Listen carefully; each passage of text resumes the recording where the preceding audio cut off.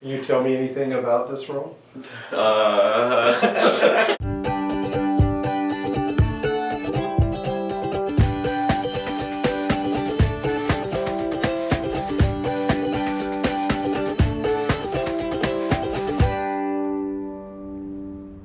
Follow me to Brooksville!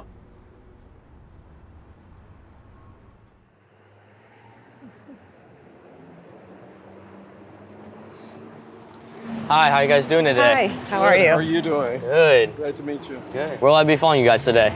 We'll be going to the Mirador Bed and Breakfast. All right, let's go.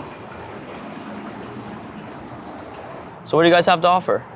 We're a full service bed and breakfast, and it's a fully restored Victorian home.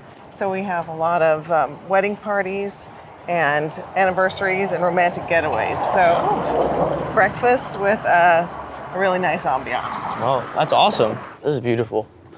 Thank you. It was a big challenge because when we bought the house, it was actually on the verge of collapsing. Really? So it was a full restoration, and we had to start from the foundation, siding, everything, Wow. restore everything. Well, you did a great job. That's awesome.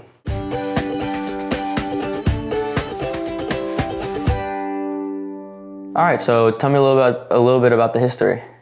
Well, the house was built in 1884 by Maddie and Maddie Rayford, a husband and wife with the same first and last name. Oh, I think wow. that's interesting.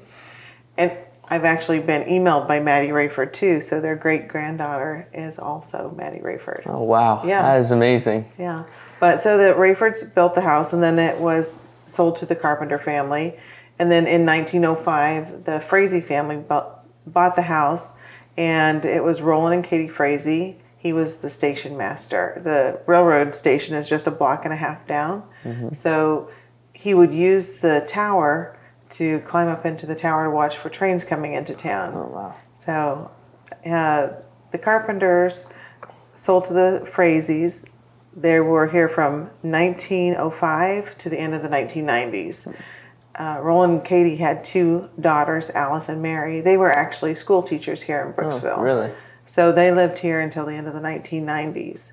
And then they went into a nursing home.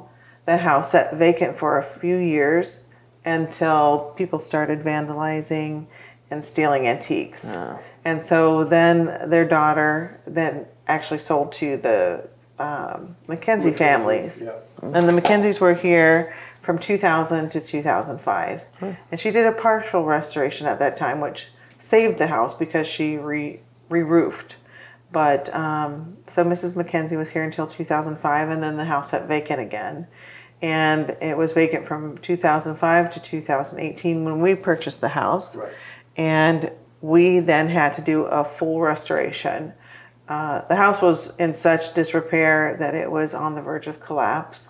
There was a lot of termite damage and a lot of water damage. So we Wow. started with the foundation and worked our way through the framework and did a full restoration.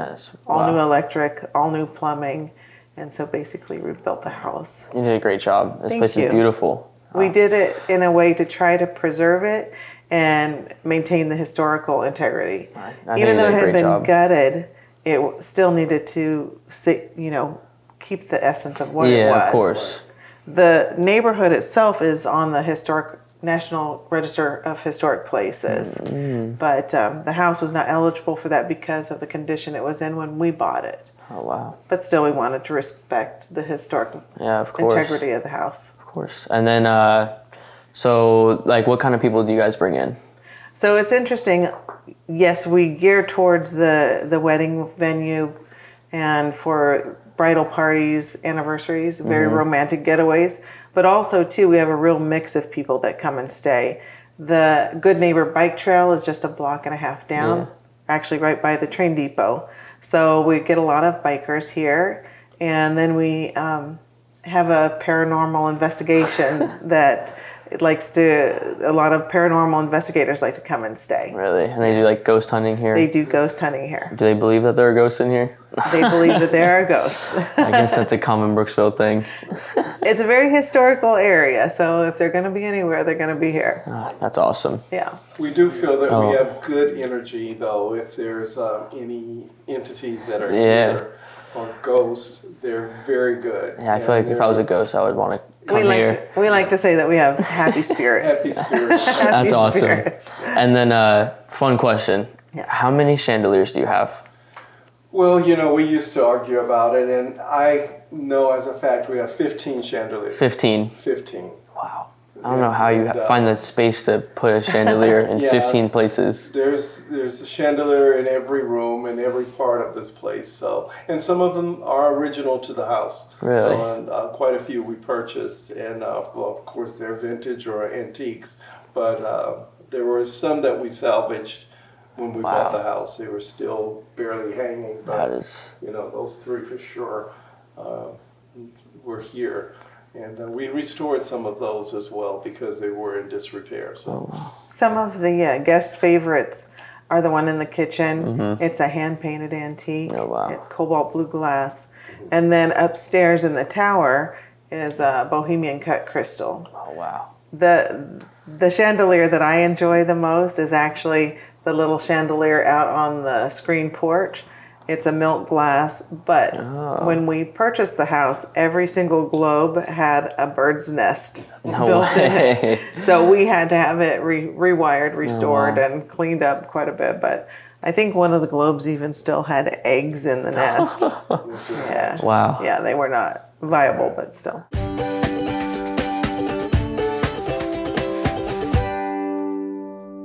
All right, can I try something? Sure. One of the most important things I think that I do here is make the guests feel welcome and get them settled and make them feel like they're at home. So it's kind of an interesting thing because we have so many different types of guests. Yeah. You kind of have to gauge what their expectations might be.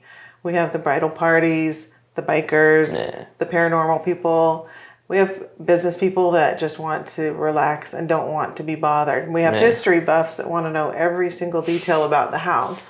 So that's part of what the initial thing, the impression that we make when they walk through the door is how to greet them and make sure that you kind of gauge and know what their expectations are. All right. So I'm going to have you do a practice run with Gerald like he is a guest and you can check him in. All right. All right. So what do you do first? You just... So the guests arrive. Usually I'm here before they get here to make sure that the house is set exactly the way it should be and that I've done my leaf blowing and the house is pristine and beautiful. And then I see them arrive so I can greet them at the door. And he'll come in and the first thing I do is get them checked in. All right. So I have the key and I have them sign the book. All right. So I'll have you sign your name in the book and the day that you came in. Thank you. You have such a nice place here. Very nice. Thank you. You've done a lot of work here. Thank you. Can you tell me anything about this room? All right, I'm gonna ask you guys a couple fun questions just to finish it off. Right? Early bird or night owl? Ironically, I am a night owl. Spring or fall in Brooksville? Fall. Fall. River or Gulf?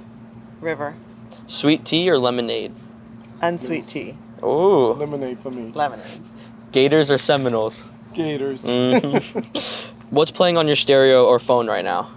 Oh, it could be anything. Anything? Anything. Cerebrales. Oh. Yeah. What's the last show that you binged? What? I don't know. All right. And then Well, we do. Goodness. and then the last thing you bought? An apron. An apron. To add to the collection. Yes. All right. Chickens. Chickens. Yeah. Oh, wow, that's fun. All right. Well, that'll be it, guys. Thank you guys for this. Thank Thank you. you so much. Thank you. It was a pleasure. Thank you. My pleasure. Thank you. Thank you all.